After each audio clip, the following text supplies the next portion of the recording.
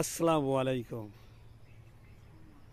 আজকে আপনাদেরকে যে একটা ভিডিও দেখাচ্ছি, বাগানের মাঝখানে হয়তো আমাদের স্টুডেন্টগুলো আপনারা দেখতে পাচ্ছেন, গ্রুপ বাই গ্রুপ বাইরে নিয়ে আসছি। আর কারণ হচ্ছে আমরা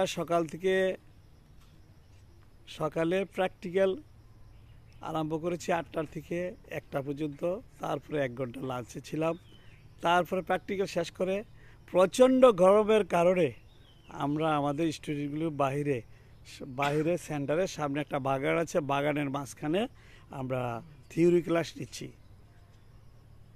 তবে প্রতিদিন আমরা বাগানে থিওরি ক্লাস নিচ্ছি না, মাঝে মাঝে প্রচণ্ড গরম পড়ে, তখনই আমরা আমাদের স্টুডেন্টগুলো আমরা বাইরে এনে বাগানের মাঝখানে থিওরি ক্লাস নিই এবং মাঝে মাঝে আমরা ঘরোয়াভাবে পরীক্ষাও নিয়ে থাকি। তা আশা করি আপনারা আমাদের যেই ভিডিওটা দেখেছেন, হয়তো অনেকে দেখলে হাসতে পারেন যে বাগানে কেন, প্রচণ্ড গরমের কারণে আমরা বাগানে নিয়ে এসেছি। তবে আমাদের স্টুডেন্টগুলো কেহ আগামীতে পরীক্ষা দিবে, কেহ নতুন স্টুডেন্ট ভর্তি হয়েছে, সবাইকে নিয়ে আমরা ক্লাস করতেছি। তবে বিভিন্ন জায়গার বিভিন্ন কান্ট্রির বিভিন্ন ডিস্ট্রিক্টের মানুষ এখানে আছে ছড়িয়ে, আমি হয়তো কান্ট্রিটা আমার ভুল হচ্ছে, তবে বিভিন্ন জায়গার এবং বিভিন্ন ডিস্ট্রিক্টের এখানে স্টুডেন্ট আছে। তারা সবাই এসেছে সিঙ্গাপুর যাওয়ার জন্য। অ্যাকচুয়ালি ওদেরকে বলা চলে ওরা যোদ্ধা,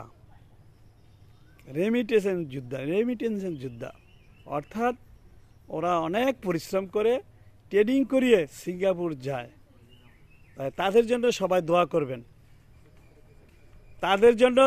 দোয়া করবেন এবং তারা যেন বিসিএ পরীক্ষা দিয়ে সিঙ্গাপুর যেয়ে ভালো উপার্জন করে আসতে পারে।